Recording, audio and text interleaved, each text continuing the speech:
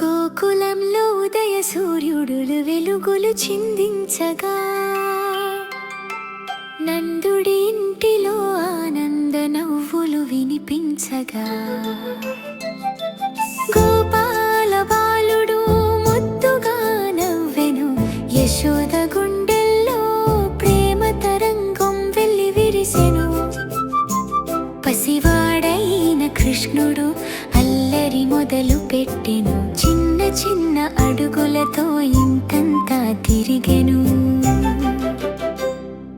వెన్న కుండలను చూసి చిరునవ్వు నవ్వెను, చేతిలో వెన్న పట్టి అమాయకంగా నిలిచెను. గోపికలందరూ ఆశ్చర్యంగా చూచెను.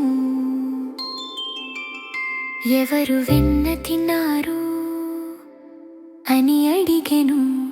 చిన్న కృష్ణుడు కన్నులు పెద్దగా తెరిచి, నేను కాదు